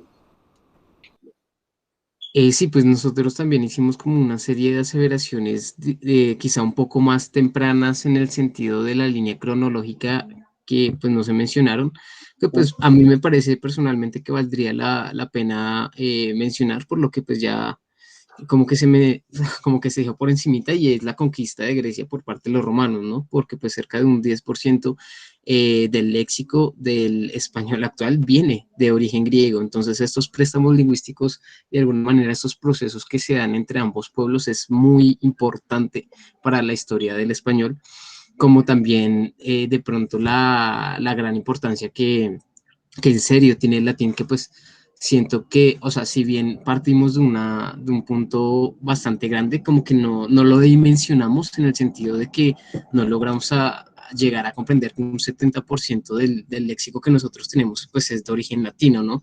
Y cuando lo ponemos casi más o menos en términos numéricos, se alcanza a ver la cosa un poco más amplia y con más sentido, por decirlo de ese modo. Vale, gracias, William. Dinos, Mayra. Bueno, pues una cosita que sí me di cuenta que no trataron los grupos anteriores que se dedicaron a hablar de la romanización, es que aunque la PESA dice que, y es verdad, los registros que existen del latín vulgar son como tan escasos, igual pues sí están.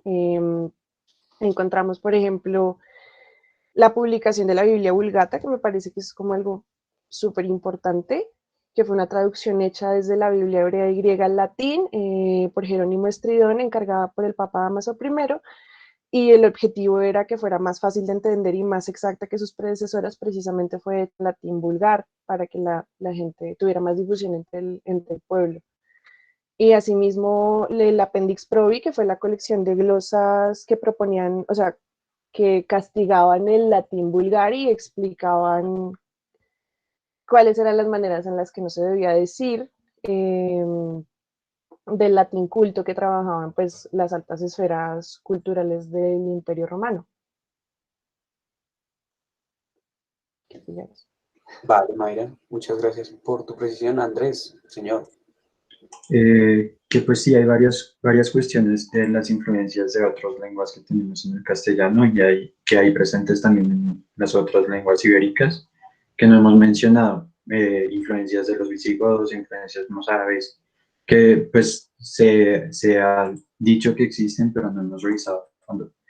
No es que mi grupo tenga mucha información muy profunda al respecto, pero podríamos profundizar un poquito. También tenemos un poquito de información sobre los préstamos que se hicieron durante la época de la colonia, no solo los americanismos, sino los que vienen de atrás de los romances. Vale, vale. Pues vean, más o menos, este es mi momento de rendir cuentas. Digamos que esta dinámica tiene por objeto una cosa. No es específicamente someterlos a ustedes al espacio, digamos, de la exposición. Lo que tiene, digamos, por objeto este momento es realizar un poco una interacción más cercana a lo que sería una discusión en clase, ¿sí? En esa medida, ustedes saben que la discusión en clase no es una discusión lineal en la que alguien asume, digamos, la palabra, tipo un grupo de exposición y ya, sino que de hecho esto está muy dado a, bueno, pero es que mi pregunta, yo tengo algo por decir y demás. Digamos que en esa medida, porfa, les pido, tomen también con calma este ejercicio, es decir, con calma no quiere decir esto no está estrictamente sacando una nota, y si usted no expone, va a tener problemas con esa nota. Su nota está, digamos, a partir de la elaboración de la infografía y de la participación, digamos, en esta discusión, ¿vale? Entonces, en esa medida, esta lógica de coito interruptus, ¿cierto? Pues apela a esa idea, a la coparticipación de cuantos más miembros sea posible. en esa medida, si ustedes digamos, quieren como compartirnos esos datos, de una, bienvenidos, bien, chévere. Si no, si lo consideran, digamos, un deseo, se les cumple aquí un deseo. Si no, hay una serie como de datos que me gustaría presentarles, que veo que no están como considerando, o sea, como en el conjunto de informaciones que han presentado, y que tienen que ver con la realidad ya sociolingüística del español un poco más actual. O sea, digamos que esta revisión histórica, yo sé, quienes vengan de filología la tienen súper clara, la han trabajado un montón. Digamos que quienes estamos en lingüística, o bueno, quienes estudian lingüística en este momento, pues sí tienen un poco más de falencias, lo digo por experiencia propia, en todo este recorrido histórico, y en esa medida es bueno, digamos, ilustrar, llevarse una idea eh, de todo este proceso histórico en términos bueno, formación integral, ¿no? Sin embargo, sí hay una serie de datos que me gustaría presentarles y pues bueno, eso va a requerir tiempo. Entonces le preguntaría a Andrés, como su merced, ¿quiere tomarse sus 7 minutos, usted, su grupo, presentar su infografía con completa calma, ya entendiendo que, digamos, no tiene que ser una exposición así rígida? Profe, Señor. Hola, David, señor. digamos que sí, yo también pertenezco al grupo 4, pero que si tenemos información suficiente como para continuar la línea de tiempo. Listo, de una. Pues escuché que la compañera pues estaba hablando hasta la época moderna más o menos, hasta la creación de la Real Academia de la Lengua. Pues de una, sí, no, o sea, la música de Nebrija, ¿sí? Del siglo XV, el siglo XVII, ¿sí? Ya habíamos hablado después de la llegada de los españoles a América, ¿verdad? Sí, se alcanzó a Del tratar. siglo XV, por ejemplo, acá tenemos que Antonio Nebrija publicó la primera gramática castellana en 1492, en el año del descubrimiento de América, del Nuevo Mundo. Luego de eso, en el siglo XV y al siglo XVII, la lengua española o castellana se nutre de italianismos, ¿sí? Por ejemplo, como escopeta, aspaviento, se nutre también de galicismos provenientes del francés, que dieron origen a vocablos como...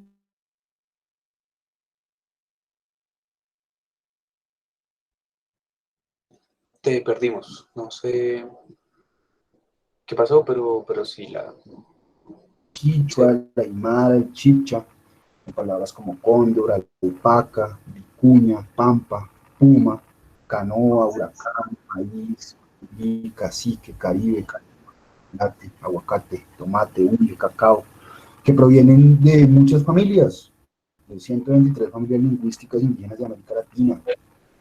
Después de eso, bueno, antes de eso está la publicación de los comentarios reales del Inca Garcilaso de la Vega. Por ejemplo, en la primera parte dedicada al Imperio de los Incas, publicada en Lisboa en el 609, considerado como el primer texto español en la variedad castellana, escrita por un mestizo, ¿sí? Luego de esto, como lo habían...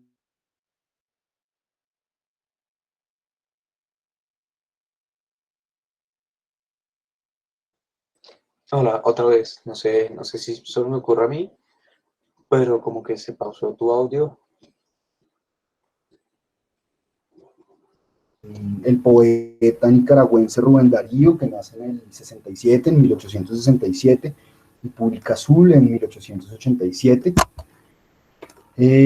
Luego, pues, para las letras es muy importante la obtención del primer galardón del Nobel, ¿sí? Por el texto de José Echegaray, con el texto del libro Talonario, ¿sí? En 1904, en 1922, Jorge Luis Borges, en el mundo de las letras suramericano, publica La Historia Universal de la Infamia, en 1935. En 1942 se publica la obra de José Cela, de la familia de Pascual Duarte. En 1945, por ejemplo, Gabriela Mistral, la escritora chilena, gana el Nobel de Literatura Lectura para Mujeres. Posteriormente, en el 50, se publica El laberinto de la soledad de Octavio Paz, mexicano, ¿sí? También en el 55 se publica Pedro Páramo, del mexicano Juan Rulfo, pues ya en el español moderno, ¿no? Lo que conocemos en esta variedad castellana. Se publica Pedro Páramo de Juan Rulfo, ¿no? En el 67, pues se publica Cien años de soledad de Gabriel García Márquez. En el 71, Pablo Neruda gana el Nobel de Literatura con el Canto General.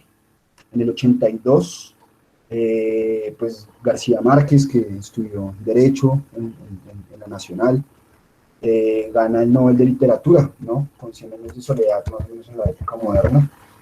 Digamos que sí, es un poquito de información, como decía Alejandro, no hay suficiente información, pero pues más o menos esa es la parte que compilamos también desde la prehistoria, como ya lo han mencionado los demás compañeros, ¿no? Bueno. Vale, muchas gracias, David. Pues sí, es que es precisamente esto, digamos, también lo que se ha perdido con la virtualidad un poco, y es la capacidad de nutrirnos del acervo de conocimiento que cada uno de nosotros puede presentar. Yo por lo menos entonces esta perspectiva tan interesante que usted nos propone, ¿no? De la evolución de la literatura de nuestra lengua. Pero bien, digamos que estas consideraciones no quedan en el hecho de ser un dato curioso, sino que realmente, pues mi interés en este tiempo que nos queda es que consideremos un poco la realidad de nuestra lengua como una lengua en constante evolución. Realmente es una lengua en un proceso, digamos, de cambio que ha durado siglos, tal cual lo hemos visto nosotros acá. Digamos que una lengua no se constituye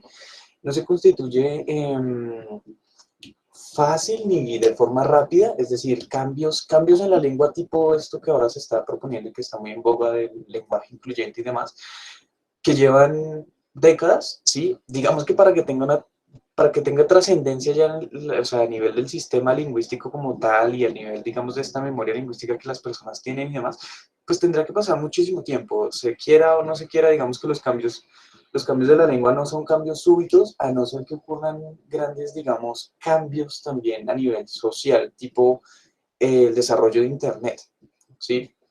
Digamos que el desarrollo de Internet como casi o sea, como un evento así de crecimiento exponencial, pues ha hecho que se creen muchísimos términos, anglicismos, como ustedes mismos lo estaban proponiendo, que ahora hacen parte, digamos, del léxico español. Software, programa, mouse, pantalla, PC, etc. Digamos que muchos de estos términos han sido adaptados para suplir como esa necesidad ya real y social. Pero bien, digamos que no me quisiera desviar en la precisión de estos datos, sino que quiero presentarles es un par de herramientas que espero les sean de utilidad, digamos, para plantear ya un escenario y una comprensión del espacio que ocupa el español en términos de su realidad social, ¿cierto? En términos de también una realidad que es importante reconocer de él, y es su realidad económica. Entonces, bueno, mi intervención también espero sea pequeña y nutritiva para ustedes, como lo han sido las distintas exposiciones suyas.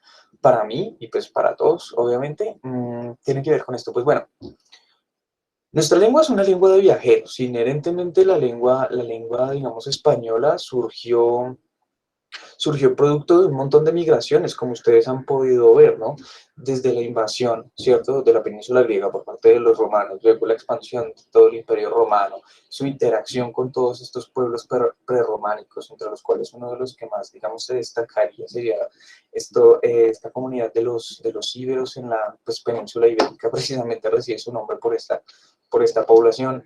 Luego ya, pues, digamos que todo lo que implicó la interacción de estas variedades prerrománicas, incluso ya algunas romanizadas, ¿cierto?, con el conjunto de conocimientos de las lenguas mozárabes que llegaron con la invasión de la península ibérica por parte de los moros. O sea, piensen cómo todas estas personas han viajado a lo largo del mundo, porque esto no es, digamos, un recorrido sencillo. Ir de Grecia a España a pie, con caballos, es un paseo largo, ¿cierto? Ahora imagínense también lo que fue ir desde los territorios, digamos, árabes de entonces, atravesando todo el estrecho de Magallanes y demás, para igual llegar a conquistar esa península, pues también es un recorrido bastante considerable. Y ahora, si pensamos que después estos reinos católicos que se estaban allí manejando como pequeñas minorías súper digamos, arraigadas a esta es mi tierra, siempre ha sido mi tierra, entonces los moros se tienen que ir de aquí. Bueno, ya después se expandieron y demás. Se expandieron a tal punto que se expandieron hasta América, desde realizando ese viajecito por el Atlántico, llegando a América y recorriendo América entera, es porque nuestra, digamos, la comunidad hispanohablante ha recorrido una porción del mundo gigantesca. Eso permite una cosa, digamos, es que nosotros en español tengamos un montón de términos que nos permiten hablar de un montón de realidades que muy difícilmente podemos experimentar. ¿Quién de ustedes ha visto un huracán o lo ha vivido, digamos, en persona? Sin embargo, nosotros conocemos el término y digamos que este término proviene de algunas comunidades indígenas que se encontraban en Mesoamérica, porque en Mesoamérica, pues, es decir, América Central, sí sufre un huracán, digamos, con toda la proporción, pues que puede implicar vivir en una playa, ¿no? Bien, hay otra serie de realidades que también son importantes, pero hay algo que quiero señalar también como importante y es que a nuestros ojos, digamos, se presenta bastante sencillo en lo que he visto en sus exposiciones el cambio a nivel del sonido, el cambio a nivel fonético y fonológico, pues esto pareciera ser, digamos, un compendio de datos pequeños, ¿no? Entonces se cambia la F por, digamos, una H silenciosa, entonces no se tiene ahora farina, sino harina, ¿cierto? Y digamos que estos cambios sí son posibles, digamos, de listar en una serie de procesos, y de hecho, si a alguno de ustedes les llega a interesar como esa evolución desde, pongámoslo un poco sencillo, desde el latín, incluso hay quienes remontan estos cambios fonológicos tan atrás como al indoeuropeo, pero el caso es que ustedes pueden averiguar por ellos apelando a las reglas del cambio fonológico desde tal lengua hasta la del día de hoy. Existen muchas que incluso contemplan el castellano como esa variedad del reino de Castilla, de ese reino católico, y pues presenta cómo eso evolucionó al español actual. O mucho antes, pueden irse incluso al latín. Hay unos simuladores en internet que expresan, digamos, si ustedes escriben una palabra en español, este presenta cómo habría sido su forma en latín, o si es un sonido específico, mostraría como una regla de cuál fue el cambio fonológico específico. Digamos que eso no va a ser objeto del curso, simplemente va a ser una mención que hago aquí. Para quien interese, lo pueden consultar. Ahora, hay dos recursos que me gustaría presentar. El primero, parte de este tipo de gráficas, ¿vale? Entonces, este tipo de gráficas, digámosle, de distribución, ¿cierto? A nivel geográfico, presenta más o menos cuál es el panorama en términos de el número de hablantes por región. Si ustedes se dan cuenta, pues bueno, América entera, ¿cierto? Tiene presencia de hispanohablantes, ¿cierto? Desde lo más austral, ¿sí? A lo más septentrional. Bien.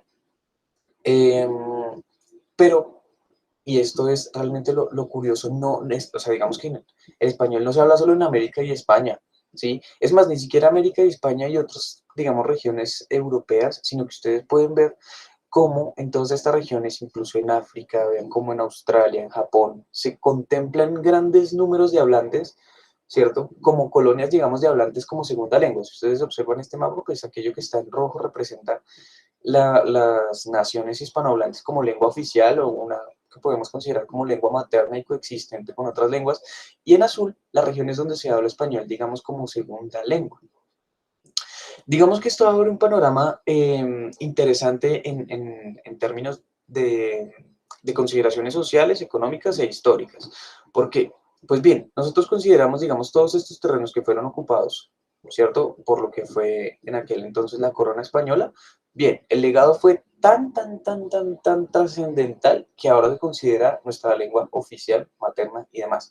Sin embargo, la expansión, digamos, económica y la interacción necesaria con todas las comunidades que se encuentran en esta región, que si ustedes observan detenidamente pueden considerar que son en Latinoamérica todo lo que es la región de los Andes y en Centroamérica, toda Centroamérica, pues nosotros somos productores de un gran número de materias primas del mundo y eso implica que hay, digamos, un contacto en términos de un intercambio comercial con gran parte del mundo. Si alguien quiere café hoy en día, pues sí, es probable que se vaya a estas variedades de café que se produce, digamos, hacia el Medio Oriente y demás, pero si no, van a apelar al café de Latinoamérica, ¿sí? Y es De hecho, esto tiene implicaciones muy, muy grandes. Cosas como fenómenos culturales como el reggaetón también. Esto puede sonar muy, muy, ¿de qué me hablas? Sí. Pero vean, cosas como el reggaetón, Juanes y Shakira han hecho que el español se propague a lo largo de un montón de naciones que uno no podría imaginar. Yo personalmente tengo conocimiento de que el español se presenta en Noruega como una segunda lengua, casi que como el inglés se presenta aquí en nuestras escuelas. Y de hecho la comunidad hablante de español en esa zona específica, ¿cierto? Es muy, muy grande, digamos, hablantes de español como segunda lengua. Entonces esto abre, digamos, una posibilidad en términos de, pues de una proyección laboral, ¿cierto? Entonces, en la medida en que nosotros comprendamos, digamos, el funcionamiento de nuestra lengua, pues existe un campo de acción en el mundo entero, como profesores de español. Sí, puede que sea un trabajo mainstream y demás, como la gente lo suele llamar, pero es una posibilidad real. Digamos que esto no solo se queda en cuestión de mapas, sino que eso ha sido una preocupación tal, el saber cuál es el estado del español, que hace unas décadas, no, unas décadas, no, hace como una década específicamente, existe toda una propaganda y todo un proyecto de impulsar el español a partir de esta idea. Es una de las lenguas más grandes en el mundo en términos de hablantes.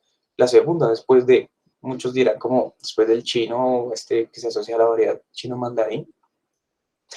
Y pues tal así que el Instituto Cervantes, cuyo objeto es precisamente la promoción del español a nivel, digamos, global, realiza esta serie de documentos. Y estos son los documentos, digamos, que me gustaría presentarles a ustedes. Y es, digamos, el informe, este informe es bianual. Yo creo que ya ahorita se encuentra una versión más actual, digamos que yo contaba con esta. Es este informe del español, una lengua viva. En este informe ustedes encuentran todos los detalles, ¿cierto? En términos de cuantificación, en términos de distribución, en términos incluso a veces también de cambios, ¿cierto? De las cifras del español. Entonces, bueno, aquí se presenta que 483 millones de personas tienen el español como lengua materna, ahí se presentan todas estas consideraciones. Y lo interesante de esto es que empiezan a presentar esto en términos de tablas, en términos de información que se puede procesar, y en términos de información que puede llegar, digamos, a orientar la toma de decisiones.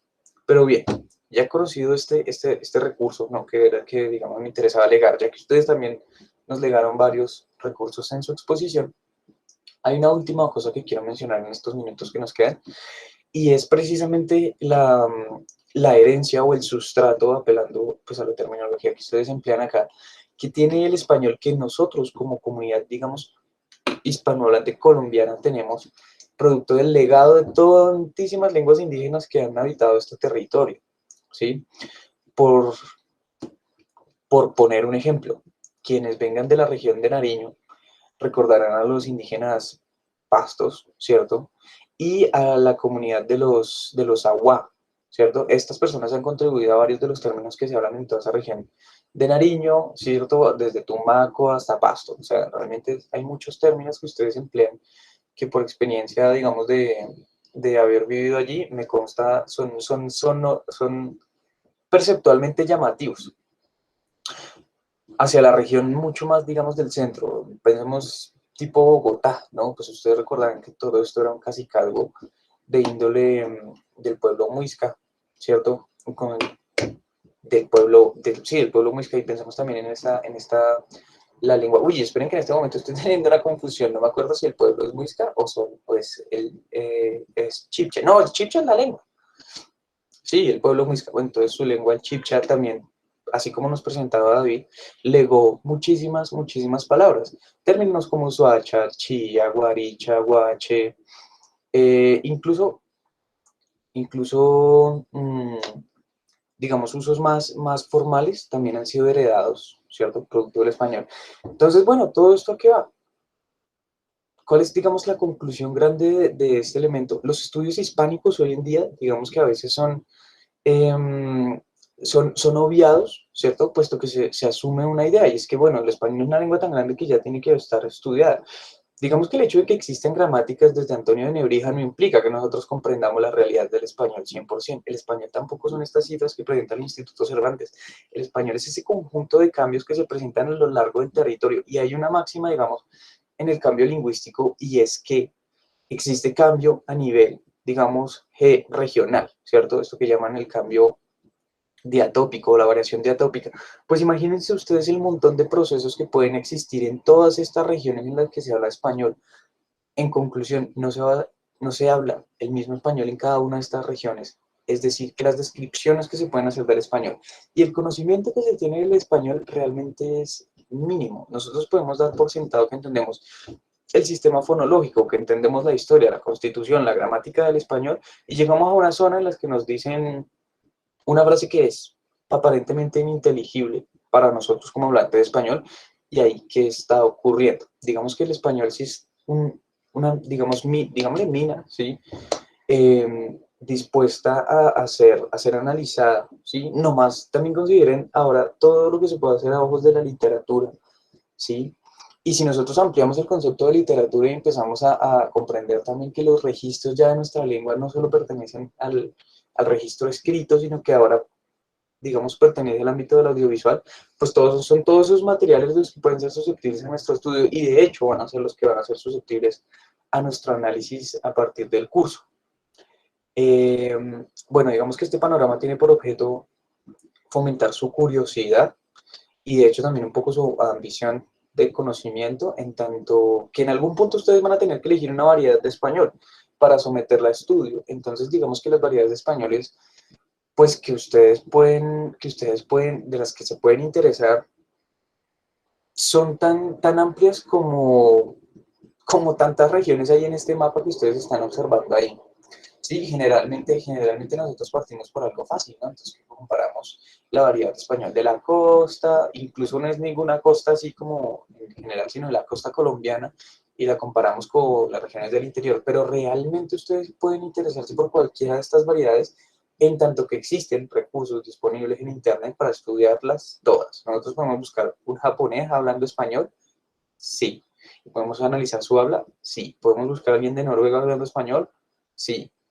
Entonces, digamos que esto más que convertirse en un curso de historia o de filología específica del español, tenía por objeto crear todo ese montón de dudas que espero estén teniendo en este momento. Muchachos, con esto, digamos, me gustaría cerrar la sesión. Nos vemos la próxima semana para retomar ya, digamos, como todo lo que tiene que ver con la parte fonética acústica y pues continuar con nuestra descripción de los sonidos. ¿Se darán cuenta? Tendremos que volver con los vocálicos, avanzar con los consonánticos, etc. No sé si hay alguna pregunta. Voy a dejar de grabar, digamos, para que no se me olvide.